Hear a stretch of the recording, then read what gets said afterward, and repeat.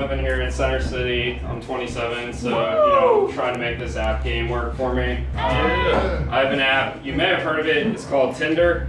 You may not have heard of it. If you haven't, you probably know it by its more scientific name, the Fat Bitch Finder 9000.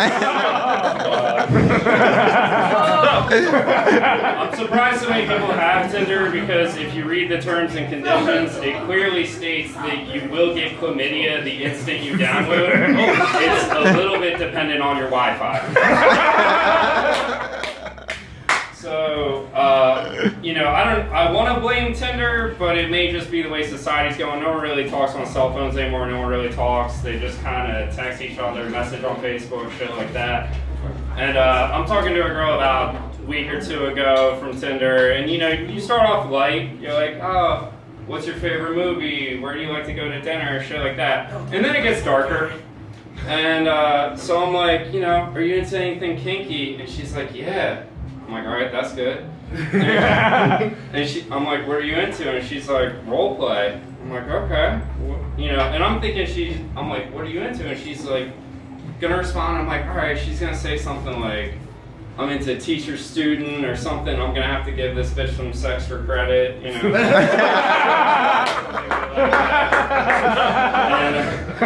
And I swear to God, her response was, I like to dress up like a unicorn.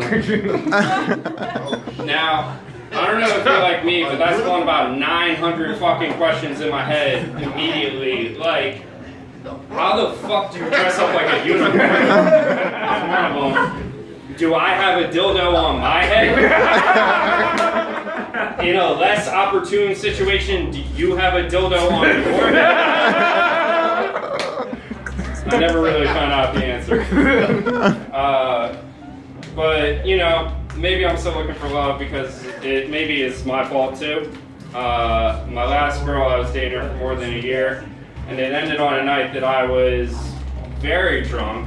I was so drunk that I got kicked out of a house party, which I didn't know was a thing that could happen. Until that night, I gained some knowledge that night, and I call her and I'm like, baby, pick me up. Can you just come get me, you know? And so she comes, she gets me, she takes me back to her place, and we just crash.